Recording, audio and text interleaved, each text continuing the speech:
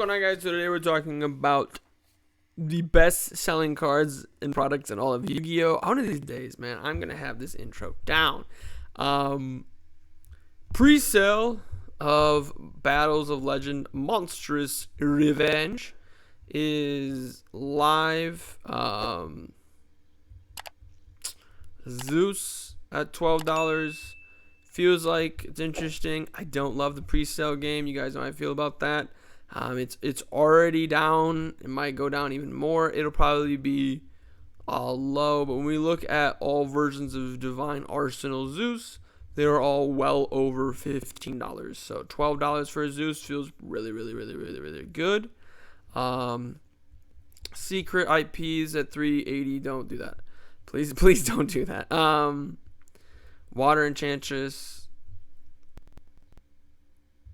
could be interesting. I wouldn't hate to see this package get hit, even though it's not as good as it used to be. It just got power crept that fast. But it probably won't get hit, so that could be a really good thing there. I'm not going to spend too much time, though, looking at this Danger Nessie. That's pretty cool. I'm not going to spend too much time looking at this because I don't like the pre-sale. I would just... Comes out this week, so just get it on Friday. Patience is very important. But as far as the box is concerned, that's just too... I don't like paying over $70. I mean, like, if it's a retro box that has shown over time that it had a lot of really good value, that's different. When it's pre-sale, no. But that's exciting. I shoot these on, I've mentioned this before, I shoot these on Monday, though. So if you might be watching this, especially if you didn't watch this the day it came out, right? And, that's fine. I don't really care. As long as you watch it, I don't really care when you do. You could watch it 4 years later. Like, you could be watching this in 2027. Hi, if you are. I don't really care. A view is a view. Point that I'm trying to make is this.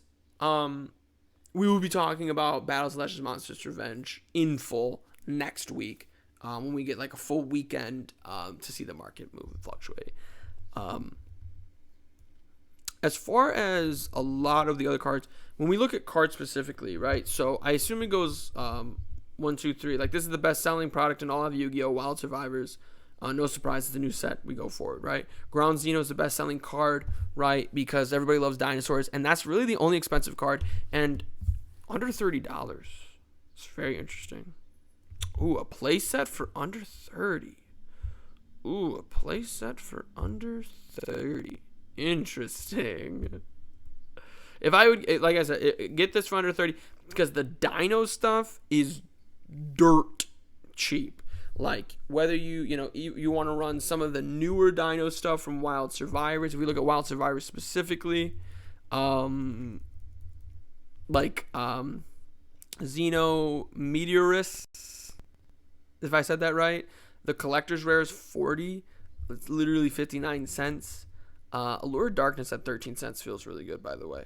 But it's gotten a couple reprints recently, so don't go too crazy. Dinos are super cheap. You can get a full dino deck for like $20 on TCG Player. And I wouldn't go to eBay for it either. What I've noticed, if we go super fast to eBay, and it'll be in my search history, so you'll be fine. It'll be super fast, because if we go to eBay, like, this is a full with extra deck and Ground Zeno. These are not really worth. I would say this is not really worth, especially with the rarities that these are. This is not worth $150. I think that could be, that's a common speed duel Doggeran. I think that, no, this is not worth, especially only 2 Ground Zeno. Yeah, this is not worth $150. So I usually like to get my sets. This is interesting. Oh, this is just all the Wild Survivor stuff, I believe. So this isn't that bad, actually, because, I mean, there's 48 cards. That's 25 cents a card. I'm pretty sure it's 25 cents a card. Yeah, because 25 cents times 4 is $1. That number times 12 is $12, right? And 48 divided by 12 is 4. Yeah, so it's 25 cents, which you can get it for a little bit cheaper, but I believe on TCG Player, you can get these cards for cheaper than 25 cents a pop. It's literally how cheap this stuff is. And you're still missing the scrap stuff. I don't know if they're running scrap anymore, though. I don't know. I think a lot of people are kind of moving away from that. But a dinosaur deck is really, really cheap right now. The only thing that is expensive, and I don't think $30 is that bad, is Ground Zeno. So if you can get it for 30, you could have a pretty solid rogue strategy that if Misk comes back to 3 is going to be meta. Because Misk is just a fantastic card. But anyway, as far as what I was talking about before I tangented to talking about dinosaurs, was the other archetype that came out in Wild Survivors. And there's actually a couple of other archetypes, but I meant like the main one, right? Because if Ground Zeno is the second best selling product in all of Yu-Gi-Oh, then this is 3rd, 4th, 5th, 6th, 7th, 8th. And I know that this is the collector's rare version of that, but stay with me, right? 8th, 11th, 12th, 13th, 14th best selling card in all of Yu-Gi-Oh! And we could even go as far as say 19, 21, like 21st, excuse me. Like, there are 24 listings on this main page, because I only do, I think it's 24 listings a page. It's 24, 25. And there are 1, 2, 3, 4, 5, 6, 7. I don't think that math checks out. I think it's more than 20. But 8, 9, 10. Right? So it should be 34 listings then. I don't know. But anyway, point I'm trying to make is this. Vanquish Souls. It's the newest hot commodity, right? It's the newest thing on the block. It's like a picture of that one meme where that guy's walking with his girlfriend and he looks back. He's got that look on his face, like, or whatever look it is. It's kind of like that. Vanquish Souls, the thing everybody's looking for. It has definitely been doing well. I think it's a very solid tier 1 deck. I don't know if it's like amazing, but it's definitely not too bad. And so I would steer clear because this is the most expensive it's gonna get. Just to keep it 100% real. That's kind of where I've always felt as far as like meta, like what meta decks are. Like, I don't buy meta decks when they're meta. I buy meta decks when they're cheap and rogue, because you can still get a lot of, like dinosaurs, you can still get a very solid deck for just a lot cheaper, right? So we'll move on to the second page. I talked about Allure of Darkness a little bit. I just mentioned it. Like I said, I did just get 2 reprints, and not including the Wild Survivors one. It just got 2 reprints in Duelist of the Shadows. Because it also got a secret rare reprint. I did want to take a look at this, though, real quick, to actually look at these secret rares, because there's some really cool secret rares. On the Penny Stock Market Watch, we looked at the secret rares from the last Speed Duel box, and it was not very good. This is a lot different, though. When we looked at that, it was like Sujin and, you know, like the Paradox Brothers, their deck. And like Doggeran was like the only card, that and A Hero Lives were the only cards over $1. This is different though. Fog King, Cyber Dragon, Allure Dark, very, very good cards, right? So we take a look at the secret rare version of Super Polymerization. I don't think Konami's going to hit this card. So I think this is a good buy. Super Poly is crazy though. You got to be very careful with Super Poly, with investing in Super Polymerization. You know, there's a Starlight rare version of Super Polymerization that's $200, right? That's the highest rarity of Super Poly, right? But because Super Poly is not only a fantastic meta-defining card, but it's also a retro card for the meta, right? But it's also really good in the show. Ultimate rare version of Super Polymerization is probably the next best rarity, right? It's getting a Monstrous Revenge reprint. That's also probably going to be really expensive secret rare, right? But when I look at the $11 version from the Speed Duel version, you got to remember, right? Speed Duel players can't play other cards. They can only play this version And if they're really big into Speed Duel and they want the highest rarity, and maybe that's why they play Speed Duel, is because you can get a high rarity deck for $40, a max rarity deck for $40, and that's why they play Speed Duels. I don't know, whatever floats their boat. This is the card they're going to have to buy if they want to play Super Polymerization in their deck. If they want to play DD Crow, this is the card they're going to have to buy. DD Crow now is a little different, though, because DD Crow has a lot of cheap versions. A lot of commons, supers, ultra, the dual terminal, we know how that goes. But the most expensive version of DD Crow is the secret rare version, right? So I think this is another really good buy. That's why this has not been going down at all. It's been holding the line for quite some time now.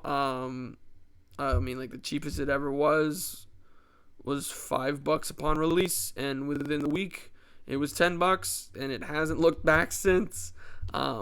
If you can get it, these light plays for 11 feel pretty solid. If you can get it for 11, I would definitely look into it. And then Macrocosmos, it didn't make the impact that I was hoping it was going to make on the format.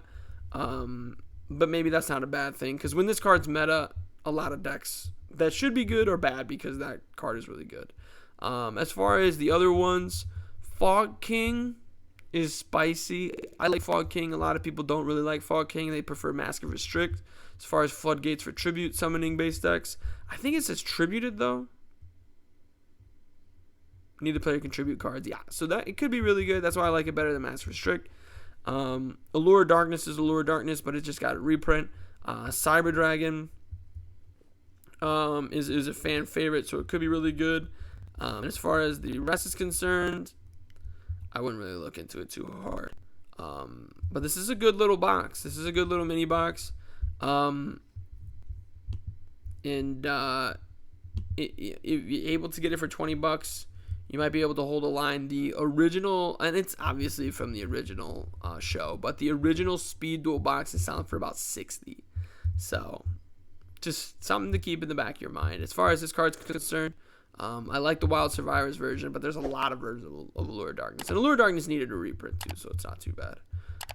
This is why I usually cut out the $5. I usually go $5 or more for the regular Market Watch, but I just went regular Guns a-Blazing, and I am reaping the benefits of that. I'm actually just going to do this right now in mid-video, because I know sometimes people ask me to do this, or ask how to do this anyway. So the way to go and define by price is this section in advanced search, right? So you can, we can actually do equal to, which is I've never done that before. We can actually do equal to. So these are the cards that market's price are equal to $5, which kind of makes sense when you look at those cards. But then you also switch for less than or greater than, and it can be any number. I'd assume. I don't think the number can get too high. Oh, okay. Values must be less than or equal to 100,000. So the limit is 100,000. And it even does 0. Okay, yeah, cool. Well, let me see if it does less than 0. It probably shouldn't do less than 0, right? No, it's not about for that. Okay. So it'll even do less than 0. So that's fun. But anyway, that's how you do that. And you can kind of mess around with that as I just did if you would like. But I'm switching to this because we saw a lot of penny stock cards from Wild Survivors, and there's a completely different Market Watch for that. Okay, so this looks a lot different and a lot better. Shout out to Fenrir. I don't think Fenrir is going to get hit on the ban list. I think if Konami's going to hit Kashtira, they're going to hit Unicorn. If they were going to hit Fenrir, they would have done it by now. I hope this card gets a reprint soon. Shout out to Baron. Yeah, I mean, your usual suspects are on the first page. That's why sometimes we go to the second page.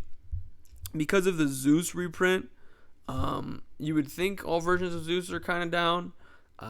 They are, but still absolutely fantastic. I wonder if it had any impact at all on the biggest version of Zeus. On the Starlight Rare version. No, it did not have any impact on that at all. And usually it doesn't. Usually reprints Like, if you're going to buy a Starlight Rare, you don't care about a reprint of in a different rarity. That's crazy, that Hydrant. 1 second. I was going to go to the Minkanko Ritual, but Hydrant is a $25 card? Y'all are wilding. What? Hey, man. Rescue Ace hype is here, and it's ready, and it's moving. Sell. Please sell. Please sell. Please. Just don't ask questions. Do not pass go. Do not collect $200. If you bought these, especially if you bought these here, even if you bought them here, even if you bought them last week at here, please sell these. This is the highest this card will ever be. This is not ever going to be a good deck. I don't know what you want me to say. The best case scenario for that deck is it wins some locals, which just about any deck, this deck can win some locals. But let's do it. Let's do it again. Let's play that game again. Dinosaurs can definitely win some locals. Yang Zing, not Sword Soul Yang Zing, not Dino Yang Zing, pure Yang Zing can win some locals. Zephyra can win locals. Pure Minkanko, with nothing else, can win some locals. Minkanko is actually a really interesting strategy, though. I actually like Minkanko. Minkanko's not as bad as pure Yang Zing. So this could be an interesting buy. This could be a good buy. You'd like to have gotten it here, obviously. I don't know if I would spend over 20 on this card, but I don't see it getting a reprint anytime soon. And if it does, it probably like a common reprint. And this will always be the first version. So, like I've been saying, Konami can't reprint everything in the Megatons, no matter how hard they try. OTS Fenrir's. When is this? Did this come out? When is this? When is this live? Anybody know when this is live? OTS Pack Tournament 21? I don't know. Oh, maybe let me go forward. Must review. Yeah, I don't know. Anyway, OTS packs are always interesting because they're essentially their own little market. Like OTS packs are always relatively expensive. Labyrinth stuff. I'm surprised Labyrinth isn't doing better today. Because it was doing pretty good, but it was really more because of this card, if you can see what this card is, instead of Labyrinth itself. But that's how trap decks always are. Like, trap decks are never good, just like they have an interaction with some floodgate that should already be banned. Like when Mystic Mine was really popular, or we were just talking about like Macrocosmos. Like, that's usually when trap decks are really good. It has nothing to do with how good Labyrinth is, or Altergeist is, or Trap Tricks is. It's just like, or Eldritch. It's just, they just have a great interaction with a card that should be banned, right? Like when Imperial Order, right, was in the format, or not Skill Drain. Skill Drain's made a kind of an impact. Skill Drain's also actually a reason why this deck is really good. But I was gonna say Vanity's Emptiness is another one. But let me know what you guys think. One of the best cards or products in all Yu-Gi-Oh! You are looking at. Let me know in those comments down below. Make sure you guys click that like button, show your support for the channel, subscribe if you have more content. But most importantly of all, have a good day.